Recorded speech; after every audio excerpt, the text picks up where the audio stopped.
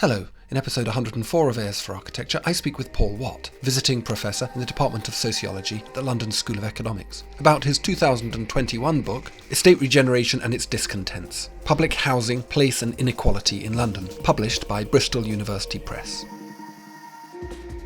AS for Architecture, a podcast about architecture, buildings, urban culture and space.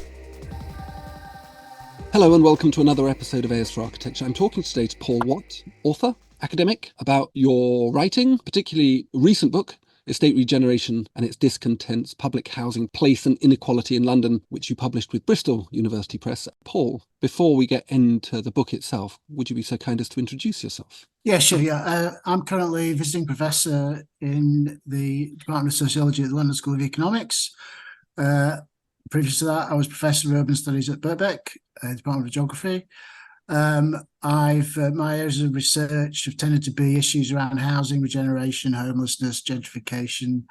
Those have been my areas of interest. I'm particularly interested in public housing, social housing.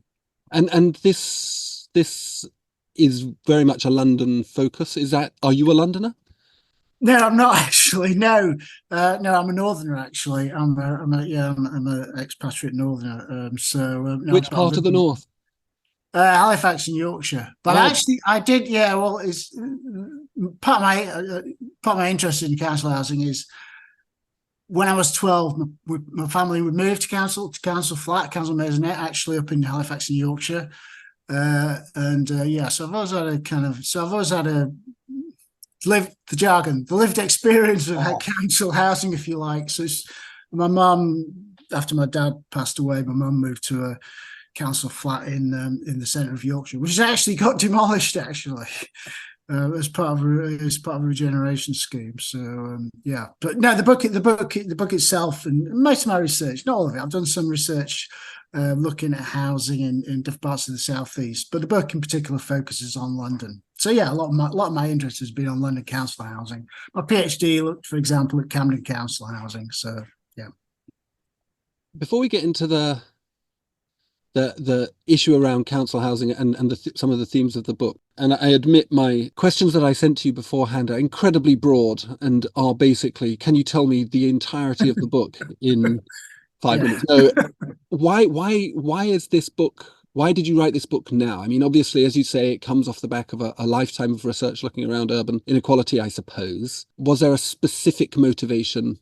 Yeah, there was. I mean, through the work that I've been doing around regeneration and housing, it became pretty obvious to me that there was a disjuncture between what I call the official regeneration narrative. In other words, then the narrative that you get about regeneration from regeneration professionals, from local government politicians, from consultants, that essentially regeneration is a kind of win-win process. And I did some research, particularly around the Olympics, and I was looking at young homeless people living in East London. And basically, the way that the Olympics was sold was that this was going to provide a legacy, a lasting benefit for East London populations, and particularly then for deprived, multi-ethnic East Londoners.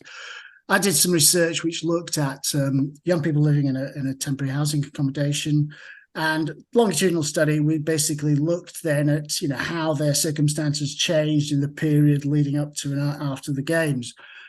And it's pretty clear that many of the claims that were made regarding the Olympics, that this was going to provide, better housing, better jobs, et cetera, for East Londoners, weren't really coming to fruition at all. And I was increasingly aware of this disjunction between the official claims around regeneration, around who it benefits, and the lived reality of deprived populations, for example, living on estates who are undergoing regeneration, basically.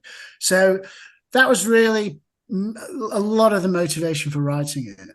I wanted to investigate that gap as I saw it, to see if it was a real gap. And certainly my book, I think that's what I would claim, is that there is a gap between what's promised and what's delivered, really.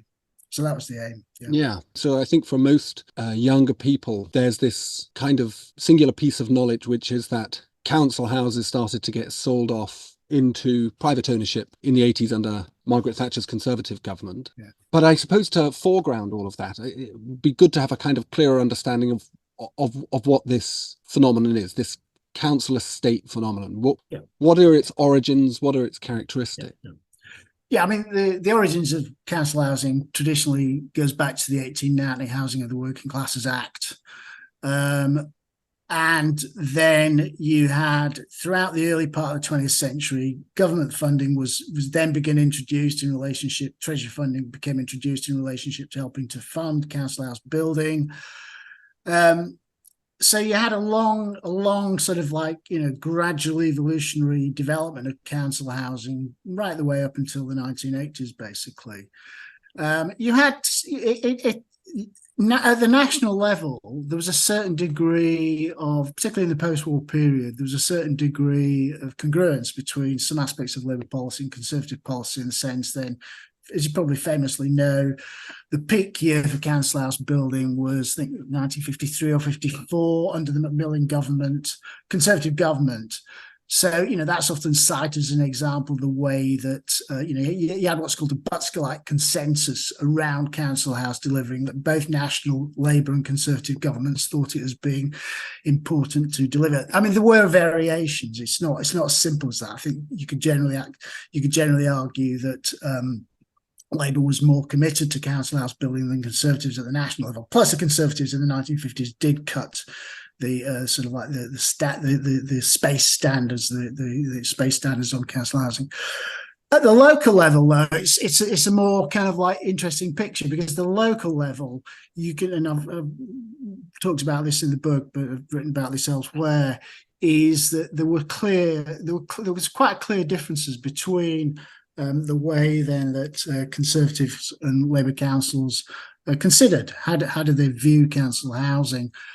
And I'm simplifying here, and this is a crude simplification, but is that Labour local authorities were generally more pro-council housing than Conservative local authorities. I mean, there are exceptions and what have you, but nevertheless, if you look at that, I've just did some work on this back last year. If you look at the data in terms of provision, generally the highest levels of council housing, geographically speaking, across the country were in Labour-controlled areas, basically, rather than more rural, suburban areas, which tend to be Conservative areas. So there's a clear geographical distribution. So, for example, the highest level of council housing in the country was actually the London Borough of Tower Hamlets. In 1981, 82% of all households in Tower Hamlets were council tenants. And it was much, much lower in many rural and suburban areas, which tend to be Conservative controlled. So the local politics of council housing, because of course, one of the differences between, say, council, if you think about housing in terms of the welfare state and compare it to other aspects of the welfare state, whereas education and particularly the National Health Service, they were nationally delivered programs, basically, and services. But council housing was always dependent on the political proclivities of the local authority. So that was different from the NHS, say, for example. So that's why there's a much, as I say, the geography of council housing is much more sort of politically based, you could argue, than it is in relationship to, say, for something like the NHS. Just take a London example. If you look at London, there's generally been a sort of a crude inner outer London split in relationship to the politics. Politically, inner London has tended to be more Labour. The local authorities, including the LCC, and many of the borough councils tend to be Labour. The outer boroughs were much more likely to be Conservative. And again, if you look at the geography of council housing, if you go back to the data from 1981, census data, you can see that across London, across Greater London, something like 31% of the city was constituted by council housing. But in inner London, that was 43%, and in outer London, it was 23%. So yeah, 31% overall, but 43% in inner London, 23% in outer London. So again, if you, one of the boroughs that I look at in the Burke corner, the outer London boroughs, is Barnet. Barnet has predominantly been Conservative controlled, much lower percentage of council housing than you get in Labour dominated in London authorities like Hackney or Tower Hamlets or Southwark. Southwark gained 66%. Hackney in 1981, Hackney was about, I think, 57, 58%. So, you know, Barnet, I think it was about total about 20%. So there has been this sort of like, so the distribution of council housing across the country is partly determined by local politics. Not wholly, but it's very important. And it's one of the questions that I used to sort of pose to my students is, you know, why is it the case that if you look at a map of social housing, public housing in London, you compare it with Paris, they're the obverse. So in London, what you've got is this concentration of council housing in the inner core, relatively little in the outer areas, whereas in Paris, it's the obverse. Central Paris, inner Paris, relatively little social housing. The housing tends to be in the outer arrondissement or beyond that into the banlieue outside of Paris, basically. So they're kind of, so, and again, you can explain that through sort of politics. So there's a political geography to council house provision, which I think is very important, actually. Yeah, for sure. So if the high point's the 1950s, what is the scale we're talking about in terms of numbers? Like because obviously there's a huge amount of talk in current news about the need for house building, and it's always these big numbers. What are we talking about in terms of the actual scale of what was being done? And also, I suppose, is this specifically purpose-built? Or is it in situations like Tower Hamlets, as you're talking about, the co-opting of older stock for council purposes? Yeah, I mean, the scale. I mean, in England, council housing peaked over 5 million dwellings in 1981, basically. And if you take the period from the 60s and 70s, you know, tens of thousands of council housing, new council housing was being built per year. It's interesting in London that you also had a phenomenon of what's called municipalisation. Is that because you know, again, predominantly Labour, inner London Labour councils, because they couldn't build, even though they were building quite a lot, they couldn't build at the rate to house the people on the waiting list. So what they would do is they would buy up, municipalise then private housing stock, much of which was kind of like, you know, owned by what you can call slumlords, basically, private landlords who didn't look after it. So you had this conversion then of all of a certain number of private properties into council housing during the period in the 50s, 60s, 70s, and particularly in London. So again, Camden, I can't remember the exact figures, but you're getting on for about 9,000 of the Camden Council stock was what's called street properties. In other words, then they were houses in streets which the council basically bought up. So you have that, but you also then have estate building through council estate, basically, which is the predominant way of it's being done, really.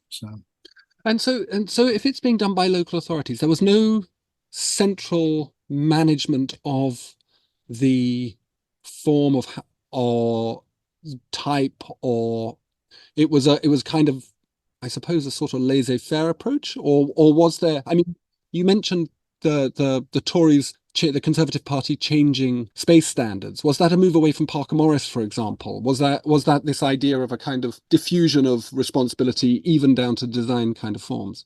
Yeah, I mean, it was not, again, it's sort of different from, it's really different from the National Health Service. It wasn't centrally, in that sense, it wasn't centrally driven, because local authorities were the delivery vehicle for housing.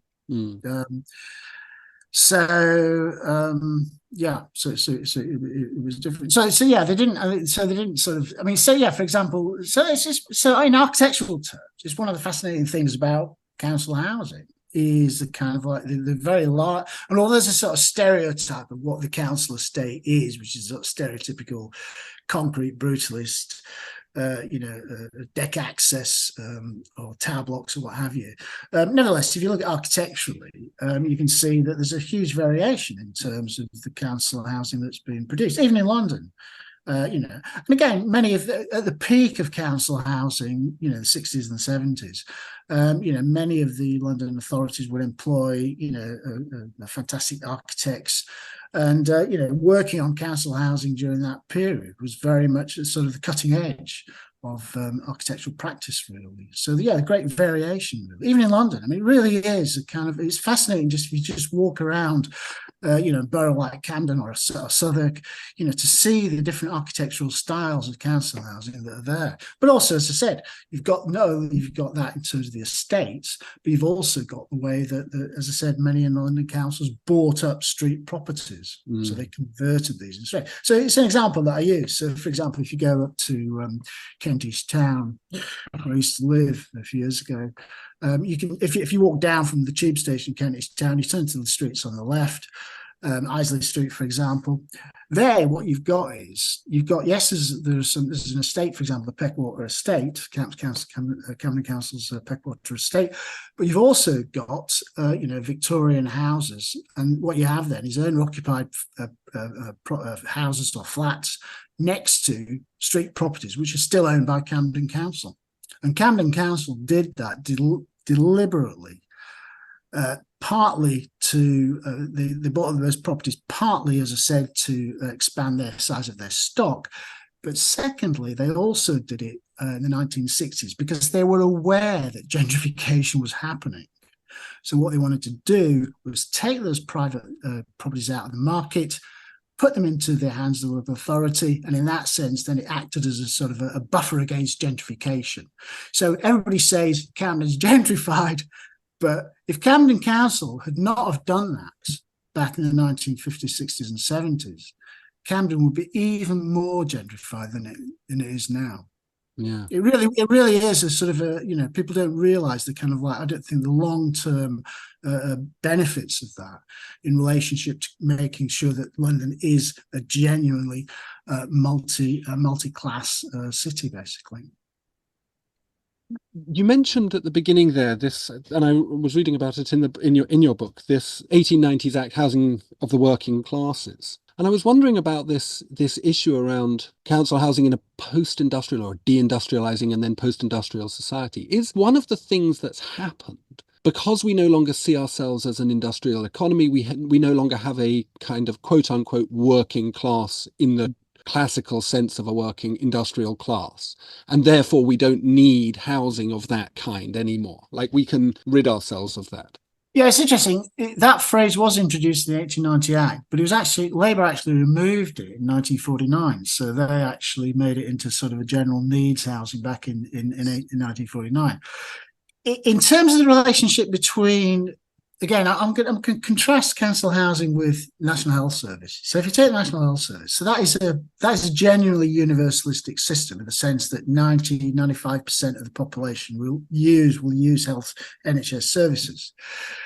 Council housing is peak, only got around about a third of the population, and despite the kind of the way that the fact that Labour removed that reference to the working classes in 1949, so making it generally theoretically universalist, nevertheless, there's clear class basis to the council housing population as opposed to the NHS, which is, as I said, middle class, working class, what have you.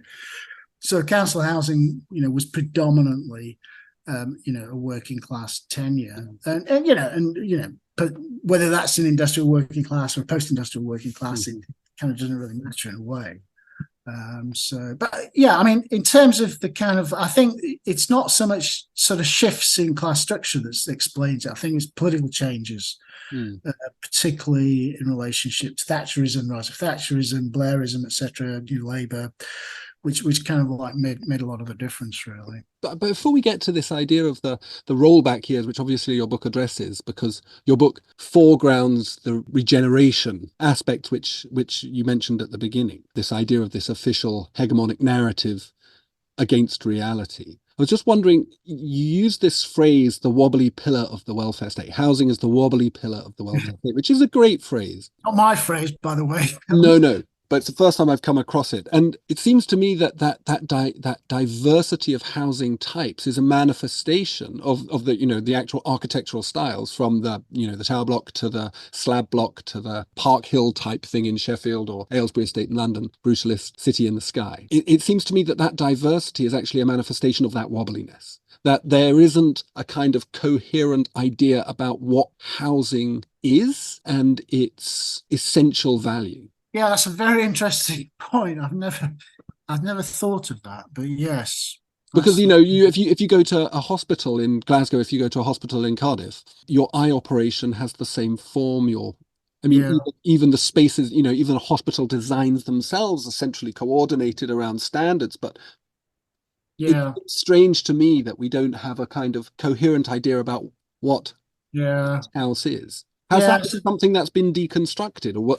Or was there ever an idea around that? That's a really interesting question. I'm not sure there ever was but again, it goes to the way that council housing was. Yes, it could get local government subsidies funding through various mechanisms, but it was essentially delivered by local authorities. I think that is the key aspects of council housing. So you get this, variation is in a way inbuilt into the process, really. And I think, and the wobbly pillar is simply the idea then that, again, if you take the different aspects of the welfare state, post-war welfare state, housing, education, social services, health, is that housing was less universalist. In a way, in the jargon, it had more of a residual population base because it was primarily working class. And there's an argument which I probably go along with. In a way, it's because it was less universalist than the NHS or public education. That was precisely the reason why it could be deconstructed by Thatcherism during the 1980s. If it had a bigger middle class presence, I suspect it would have been less possible to deconstruct it and effectively get rid of it, really, in a way, hasn't it? It's not get rid of. I think that's again, we want to put at the end of the book. I'm keen to say, despite everything, again, even in London, there are still getting on for 400,000 households living in council housing in London, which by international standards is a huge number. Again, if you think about one of the comparisons I make is with Chicago. Chicago is obviously a smaller city than London, about a third of the size of London. The Chicago Housing Authority, its peak, 40,000. Yes. All the kind of like the hyperbole, the notoriety in many ways of the Robert Taylor Holmes projects, the Chicago projects, Cabrini Green, for example. It was only about 40. They got the maximum was about 40,000. The Chicago Housing Authority, whereas London at its peak, 1980-81. 800,000. It's a huge. Obviously London's a bigger city, but nevertheless, the scale of London council housing is quite breathtaking, really. And again, even today, yes, it's certainly shrunk because of all the reasons that we know. But if you walk around London, this is one of the points, again, if you think about London with, say, comparing public housing in London with Paris or, say, with Chicago, is that in Chicago, the public, so for example, the Robert Taylor Holmes project, that was cordoned off, if you like, by these huge expressways. It was set apart from the rest of the city. And again, banlieues in Paris are kind of like spatially set apart in suburban locations, peripheral locations. But in London, particularly in London, it is the urban fabric. walk around where I live, so I'm looking out of my window now in Islington. It's council estate on the right. There's another tower block on the left. It's based into the fabric of the city in a way which is not true for many other European cities, whereby it has been spatially or set apart, if you like. It's a really amazing idea, actually. What I want to go back before we go to the rollback years. What drove this? What was the ethos that drove this? I mean, you've talked about the more cooperative form of government that occurs in the post-war years. And you've talked about the idea of, for example, in Camden, the desire to resist gentrification and on a I suppose a more positive interpretation to maintain diversity of lived experiences. Was this a very distinct character to what the British state was trying to achieve through its council policy? Yes, I think there was I think, again, because I would interpret it politically in many ways, I think it was the way that the Labour Party was able to become hegemonic in certain areas. And again, a good example would be the London County Council, which was formed in the late 19th century, was disbanded when the GLC was formed back in the mid-1960s.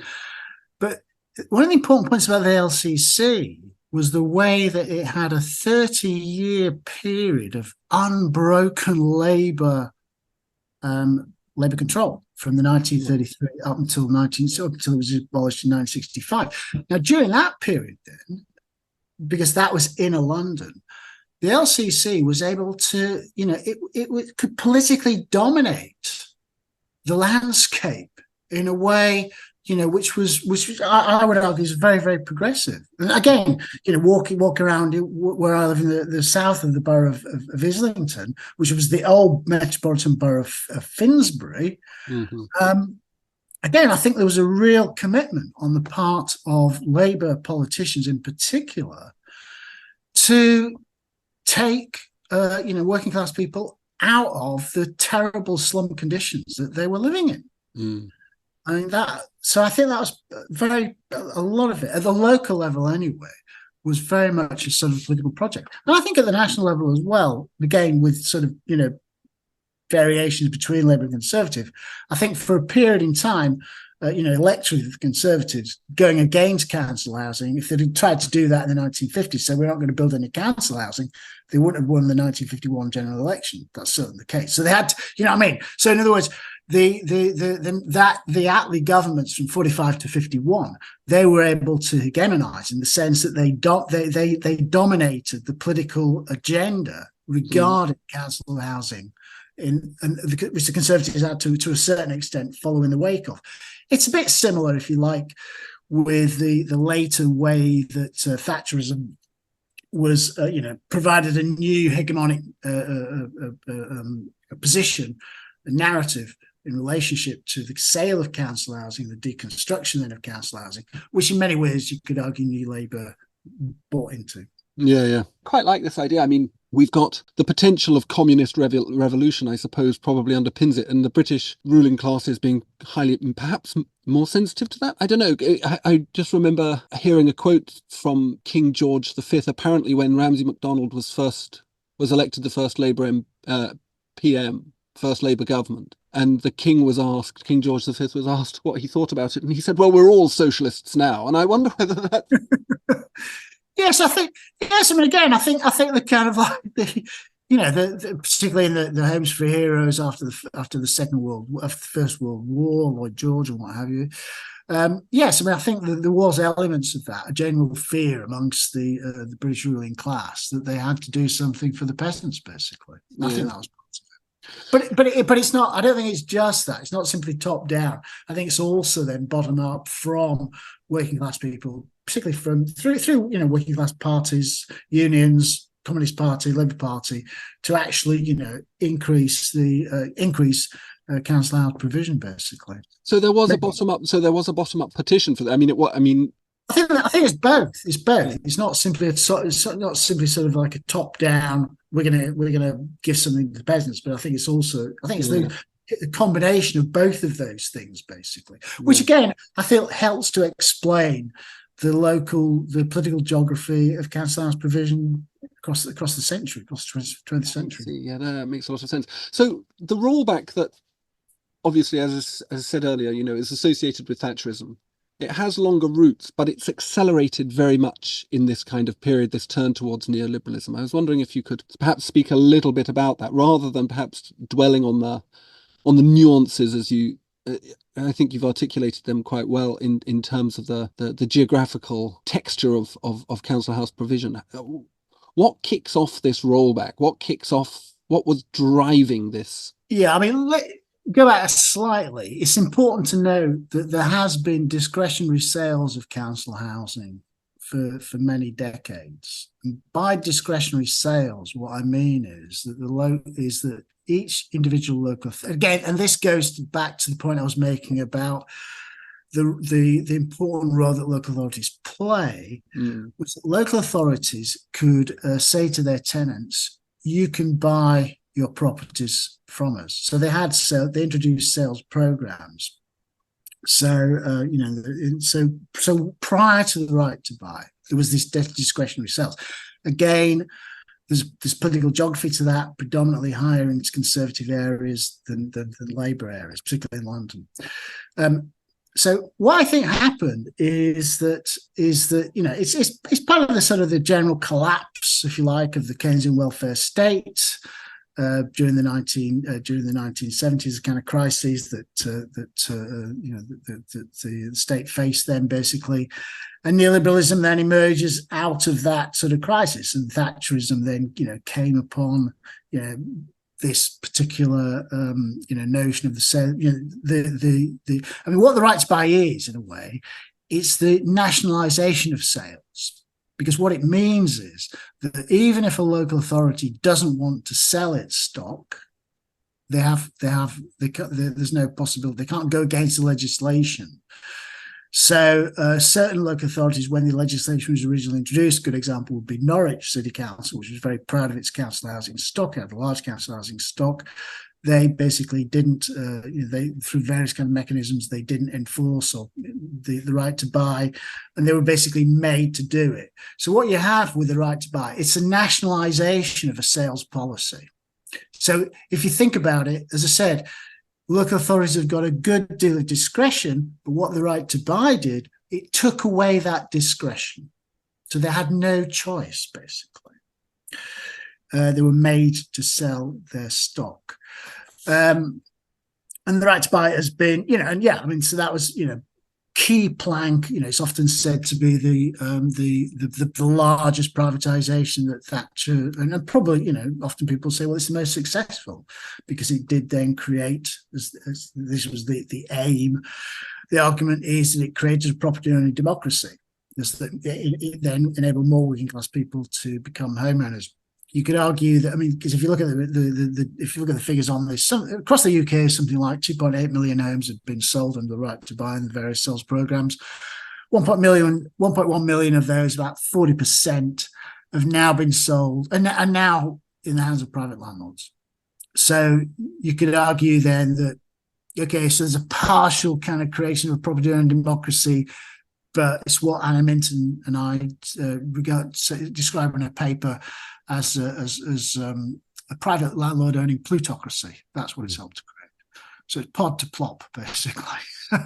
So that's partly what it's done. Yes, it has created. There's no doubt about it. Clearly you can see this. It tends to be quite a lot of anecdotal evidence on this, but you can clearly see that some council tenants who would have bought their council houses back particularly in London, bought their houses or flats in the early 80s, they were made, if they sold it, they will make £700,000. So yes, it has, that shift has definitely occurred, but it's also brought all these other things in its wake, because one of the points I make in the book is that yes, you have the right to buy, but of course the right to buy gave the right to sell. So then you had the whole sort of like resales programs, and then many, as I said, roughly 40% nationally of all ex-council house, ex-right to buy homes are now in the hands of private landlords, basically. Crudely, if the council housing programme of the first half of the 20th century, post-war years particularly, up to the 1980s, is about a kind of egalitarian and justice-orientated political view, which I think we could roughly say is true. Is it purely an economic thing that the Conservatives sort of consolidate, centralise and accelerate? Or, I mean, do they stand to make money out of this? Is this the idea, or the property-owning democracy is that it's a kind of mechanism, an engine for affluence, which council housing is tying into bricks and mortar? Yeah, I mean, the idea of property-owning democracy, it's a long-term. That didn't arise with Thatcher. It's a long-term conservative idea, and again, it sort of partly sort of stems from the fears around the Russian Revolution. Is that if you give the working class a stake in the system, in other words, then if they could buy their own property, if they could then become homeowners, they're less likely to be socialists. They're less likely to revolt, basically. That's the kind of like the political trajectory of it. And certainly in the early period is one of the reasons I got interested in council housing and housing generally to begin with back in the 80s and 90s academically, was because you could see that there was some evidence that those people, those working class tenants, ex-council tenants who bought their homes under the right to buy, were statistically more likely to vote Conservative than council tenants, remaining council tenants. So I think there was a political project as part of it. And and you could argue that, again, as I said, the way then that the sale of council houses is often regarded as a quote unquote success. And that was something that the Blair government was certainly not keen to shift. Yeah. They kept it on, basically, because again, my take on this is that Blair and co essentially regarded this as they would be damping, if they got rid of the right to buy, they would be damping down on working class aspirations, which was this typical arguments used against that. Mm. So why should working class people not aspire to become homeowners? As far as I understand it, there is a strategic shift in the way that council housing sales are shifted with the rise of housing associations. For example, in Glasgow, there's a stock transfer, isn't there? So Glasgow Housing Association, making it the biggest housing association in Europe. That's not the same thing, but it pertains to the same ends? Well, that's slightly, yeah. I mean, so... Feel free to fully correct me. I'm no, sure. If you take, so I did a paper back in Berlin back last year, but so I looked at the data about the contraction of council housing. So as I said, in England, so it was over 5 million in sort of 1982, roughly, and since then it shrank back by 3.4 million. Most of that is because of the right to buy and sell, so 1.9 million. But there's another 1.3 million, which is it's still social housing, but it got transferred into housing association ownership. Mm. You've also got another 143,000 demolitions. So stock transfer was a policy which was introduced mainly in the 1988 Housing Act. And that then basically gave local authorities, if right to buy was like individual privatisation, you could argue then, and demunicipalisation, you could argue then that stock transfer was a kind of like a collective kind of privatisation or demunicipalisation. I mean, housing associations they're not private companies. They're in a sort of a hybrid kind of world somewhere between public, private, and voluntary, really. So stock transfer was introduced in 1988, and that was basically a vehicle then to enable those local authorities which didn't want to have council housing to get rid of it. They could then basically offload it onto the housing association sector. And again, if you look at the geography of that, most of the early sales were in rural and stock transfers, were in the rural and suburban, predominantly conservative areas. The first one was in Chiltern in Buckinghamshire, who basically again, it speaks to the political geography, if you like, of social housing in the country. The way then that the council housing has been very much embedded in the local political level. So those conservative local authorities back in the 80s and the 90s, which wanted to basically get shot of council housing, they could do it. So they had the mechanism to do it. It's interesting because if you look at the history of this, it wasn't. So the bulk of the stock transfers from the 80s up until 1997, when Labour got in, were in rural and suburban areas, predominantly conservative areas. Not so much in inner city areas, Labour areas.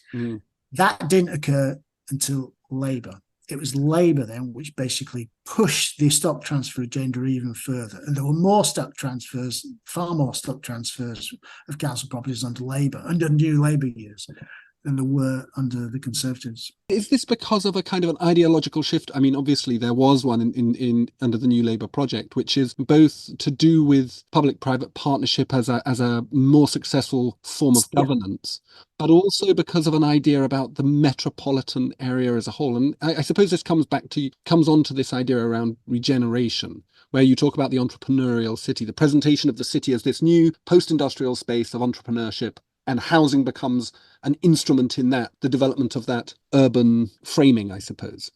In terms of stock transfer, there were two primary reasons why it was that New Labour went for stock transfers or pushed stock transfers on the agenda. One was ideological, because if you remember, New Labour was all about distancing itself from old Labour. You couldn't get anything more old Labour than council housing. So this was part of New Labour saying we are different from old Labour. We're not simply going to build estates. So they then wanted to say we're going to try something new in all kinds of ways. They were dissatisfied. They tended to use Hackney as a negative example of poor council housing management back in the 1980s and 90s. So it's basically, okay, so it doesn't really matter whether it's the council or housing association. What's important then is what works. In other words, then if you then transfer it to a housing association, you can have better management practices, better repairs, maintenance, etc., etc. So it actually benefit council housing. So that was part of the kind of the ideology. But the financing of it came from Gordon Brown and the Treasury. Because if you remember at the time, Gordon Brown was extremely keen to keep a lid on inflation. So, given then that he wanted to maintain control of public spending, if councils then are unable to borrow money on their stock, that will increase then the PSBR, the public sector borrowing requirement, and he didn't have control of that. So then, if the councils transfer it to a housing association, hey presto, it goes off the public sector. It goes off the public sector balance sheet. And housing associations then can leave in private money. We don't have to do it. So it's that confluence of the ideological aspects of New Labour with the sort of centralisation aspects of New Labour, plus then the way then, yes, they were quite happy to put in money in terms of the NHS, but they were much, much less happy to put money into this old Labour, quote unquote, failed aspects of the welfare state, which was council housing. My take on this is that this was a disaster. That was the disaster. Is that essentially they not only did they carry on that right to buy, but they also then accelerated the stock transfer process, and that was a disaster. Because now you have this situation. You can clearly see it in London, whereby lots of ex-council tenants, now housing association tenants, are up in arms about the poor maintenance and repair services they're getting from housing associations. Just to say, I don't want to paint too rosy a picture of like the pre-1980 council housing either, because one of the important factors is race.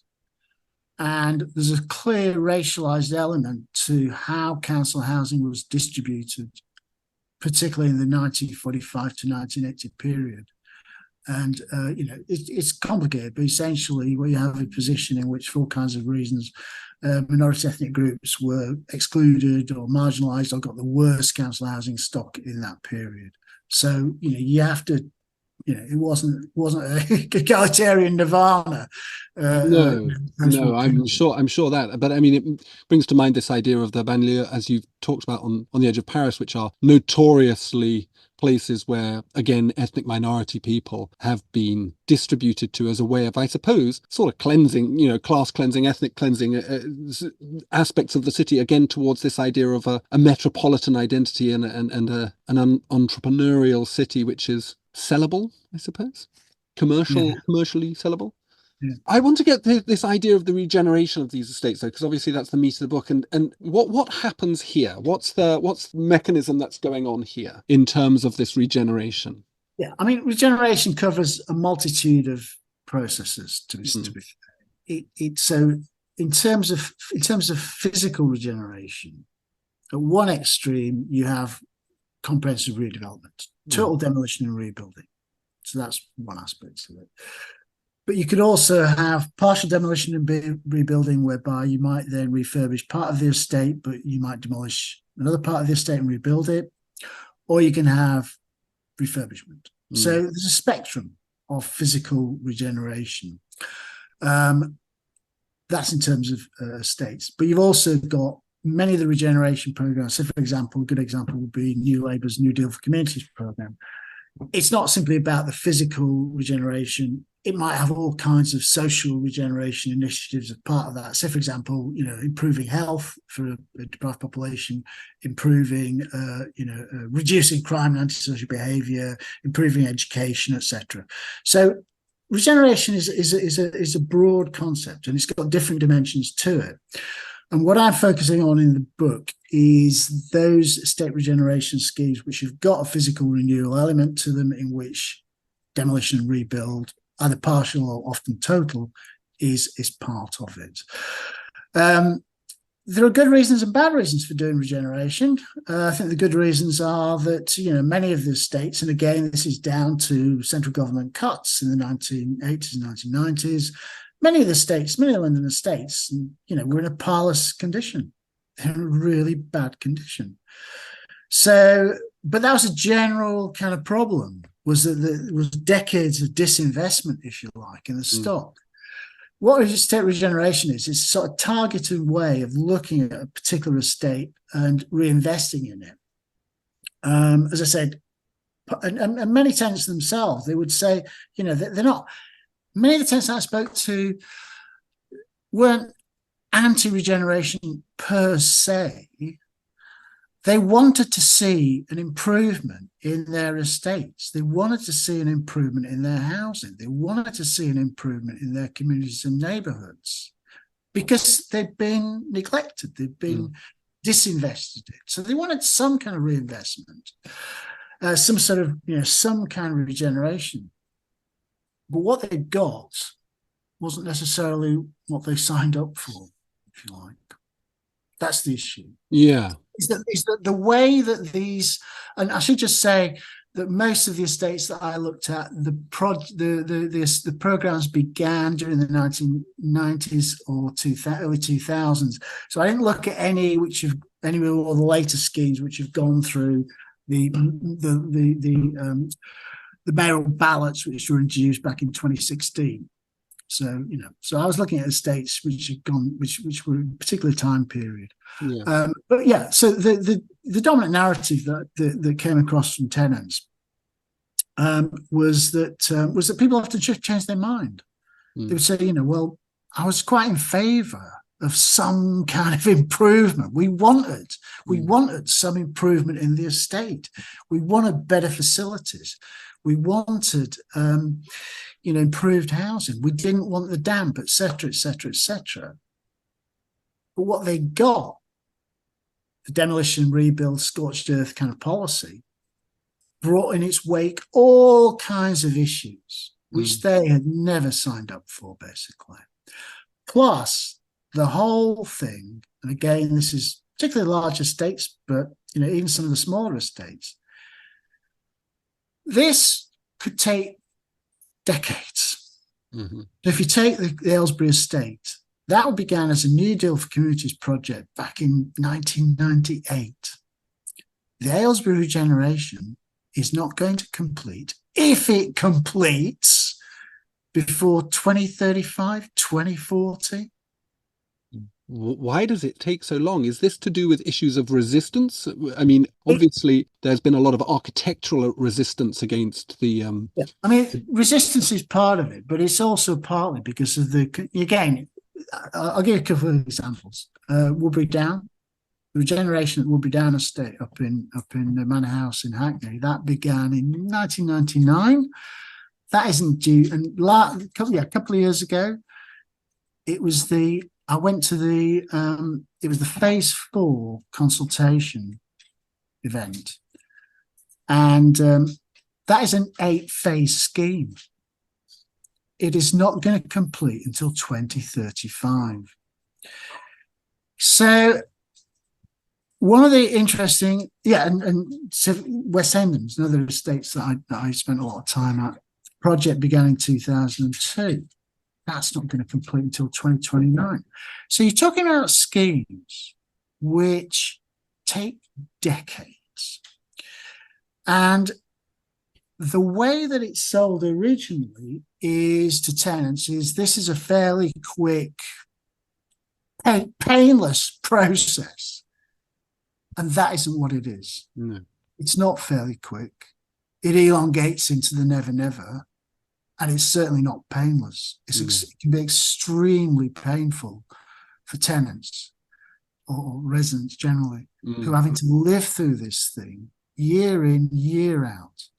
One of the points that I often make when I give talks is, one of the central planks of estate regeneration, is that you have to have the community involved. You have to have a process of community engagement. It can't simply be a top-down process.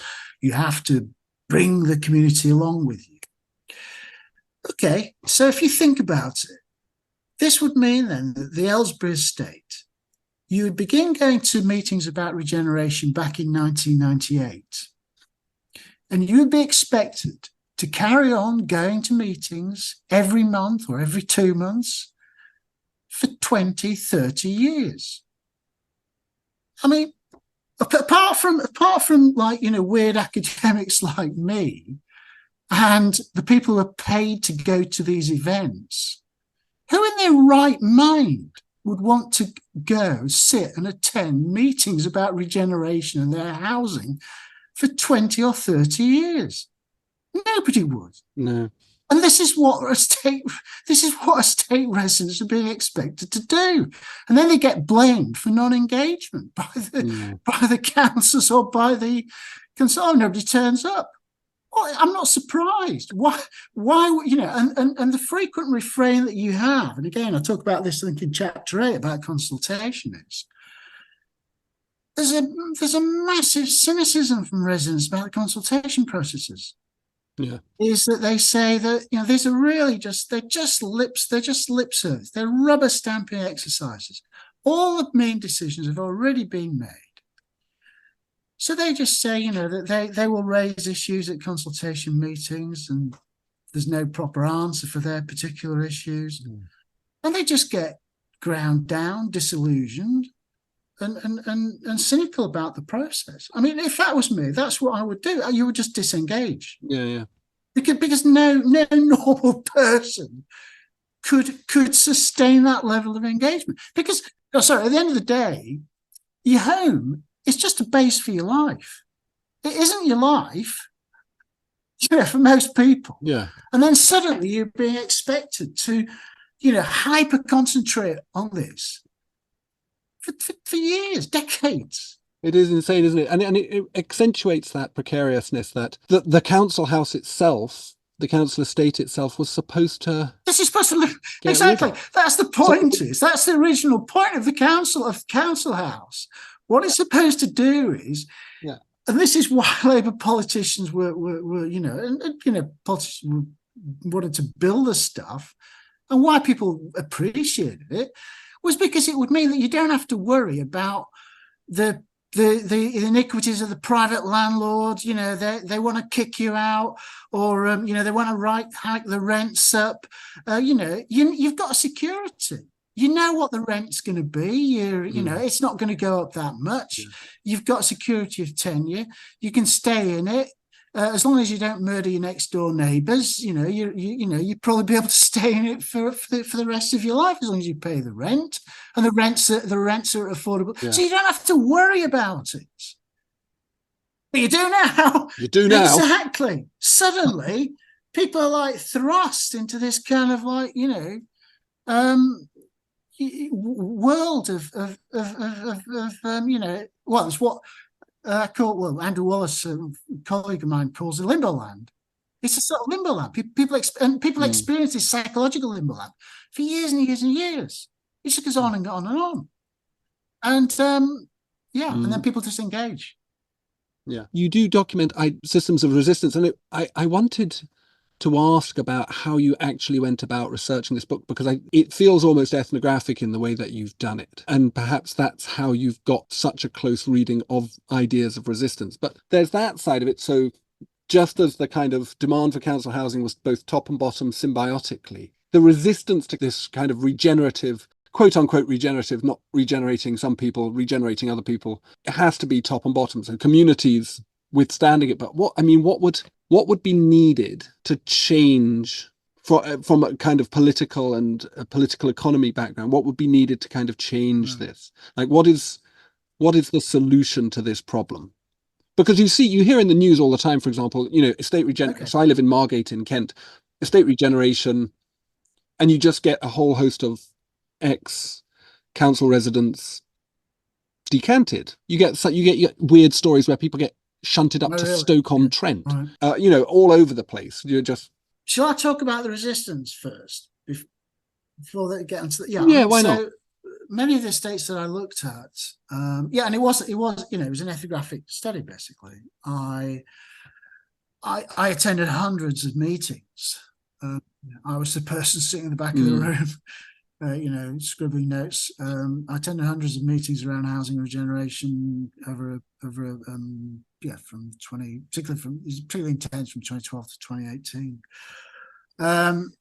London-wide meetings, but also lots and lots of estate meetings. I also informally met a lot of tenants in all kinds of circumstances. I attended various legal CPO inquiries as well. Attended some of the court eviction processes. Yeah, so it was kind of an ethnographic process. So, you know, and I say this at the end of the book in the appendix about the methods. You know, I didn't set out with a given set of, I'm going to look at X estates, and you know, for all kinds of reasons. It was very much the estates that I looked at depended on who I met at this meeting. So I would go to meetings, you know, chat to people, and then I'd go to their estates basically. So that's often what I did. So it wasn't, you know, I didn't have a set. These are my 5 estates in mind. So it was. I think I describe it as a fairly idiosyncratic ethnographic journey, and it was in many kind of ways. You know, and it was, so that was partly dependent on literally who I met, who was kind of amenable and friendly, who I got on with, and you know. So then, you know, I'd go to their estates, and then, you know, do the research at the estates and meet more people and go to 10 more meetings basically. As I said, I've been to a lot of meetings on estates. In terms of most of the states that I looked at, there was some kind of level of collective resistance, collective campaigns against the regeneration that's going on. Not everybody participated, and certainly, you know, it's important to remember that some people were happy with regeneration. They wanted regeneration to happen. I would say primarily there were 2 groups. That's more tenants than, say, leaseholders or freeholders. The tenants who were most likely to be in favour of demolition and rebuild would be people who are overcrowded and people who were living in really, really terrible, flat circumstances in terms of the maintenance. Those would tend to be the 2 groups who most likely say, do you know what? The people said to me, I've been, you know, there was one guy up in Haringey, I think he was in a 1-bed flat, got a family, got a couple of kids. They were living in a 1-bed flat, basically. And he said, you know, I've been on the waiting list for years and years and years. it's the only, literally demolition and rebuild is the only way that I'm going to get a new flat, basically. So that was, you can't ignore that was certainly, so some people were certainly for that. But that itself, of course, speaks to the wider shrinking of the welfare, the public housing act of the welfare state. Why is it that they're waiting for years and years and years in overcrowded circumstances? Because there isn't enough council housing. So that macro picture helps to kind of like determine to some extent people's reactions.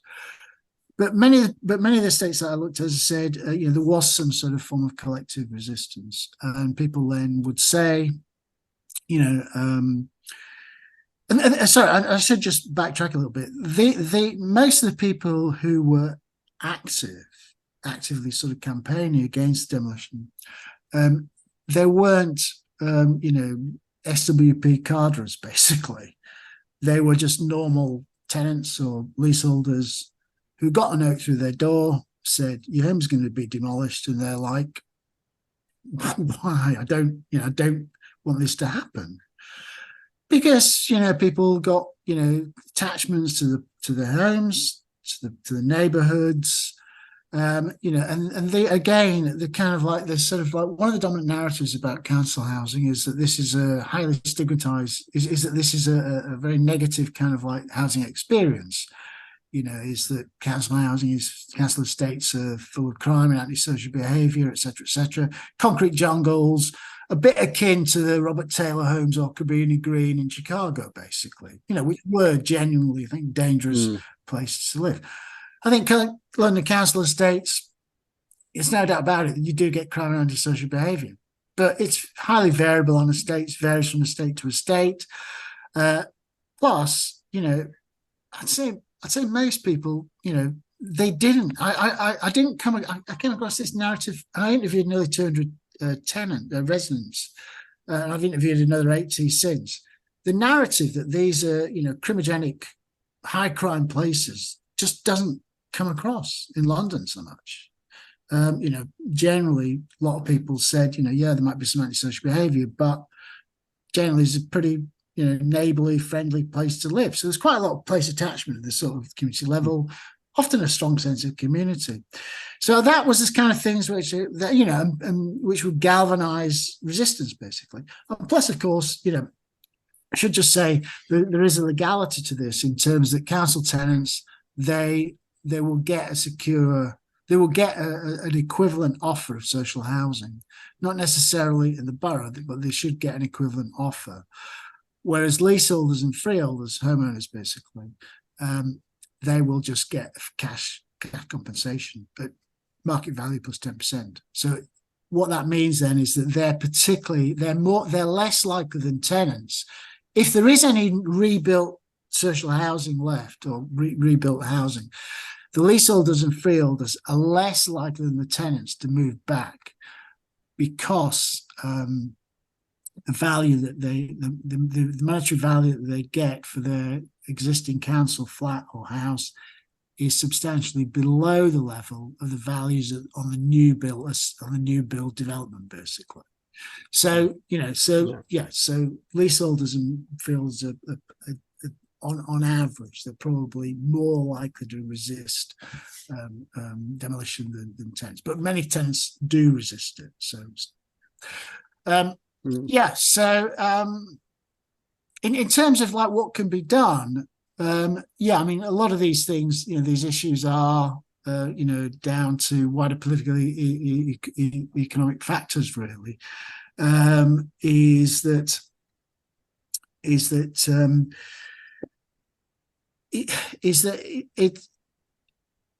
one of the things that councils say is that they simply don't have enough money to refurbish the existing properties. So in other words, demolition and rebuild becomes the go-to option. Also, I don't know if you know this, but I'm sure you do, but VAT, value-added tax, is not charged on demolition and rebuild, whereas it is on refurbishment. So it's a kind of like financial, incentive to demolish. the model is that, particularly in London, that because the land values are so high, potentially so high, as long as you get rid of the low rental properties, basically. So it does require a bigger shift in the model to think, that the council homes should be, the existing council homes, they were built at a time, they were built with political sweat and blood, but they really need to be preserved now, because the idea that you get that the private sector, if it's a PPP on the estate, the idea that the private sector has got a big material interest in providing lots of social housing, well, it hasn't, clearly. Are there changes afoot within GLA policy, Greater London Authority policy, towards facilitating a more holistic, a more sensitive? Yeah, I mean, certainly that was one of the things when Kant came in 2016, was that his estate regeneration statements basically, I think he was generally aware that there were all kinds of problems in relationship to how it was estate regeneration had been conducted. And of course, Khan introduced ballots. Now you have to have a ballot for estate regeneration. I was part of a campaign called Demolition Watch London, which we campaigned vociferously for ballots because we thought that would inject a degree of democracy into the process, which the consultation processes previously hadn't had, really. I think it's fair to say, and I spoke at the 2017 Labour Party conference along with various other housing activists, and we were arguing for ballots there. And I think it's fair to think, I don't think this is libelous to say that I don't think that Sadiq Khan and the people around him were terribly keen on having ballots. I remember there was one of his senior people there in the room when we were speaking who basically said, no, you don't need ballots. You can then achieve the same if you just deepen the consultation process, improve the consultation process. So, I don't think they were generally for ballot. But again, I think that was a lot of grass, not just from Demolition Watch London, but there's all kinds of other groups who were pushing for ballots. I think ballots are in principle a good idea. Unfortunately, I don't know if you saw the report from Sean Berry about ballots and state regeneration. I think the way that they've been conducted have not necessarily been always as good as it could have been, basically. So, let's put it like that. Well, there you go. On that contentious point, I think we'll finish. But thank you so very much, Paul. It was very, very wonderful to hear you talk. Yeah, thanks very much. Well, that was very good. Thanks to Paul for taking the time to speak with me, for putting so much energy into his responses. Thank you to Bristol University Press for the PDF too. The book is excellent and well worth looking at. Please see the podcast description for links to the book and to some of Paul's professional and social online identities. And thanks for listening.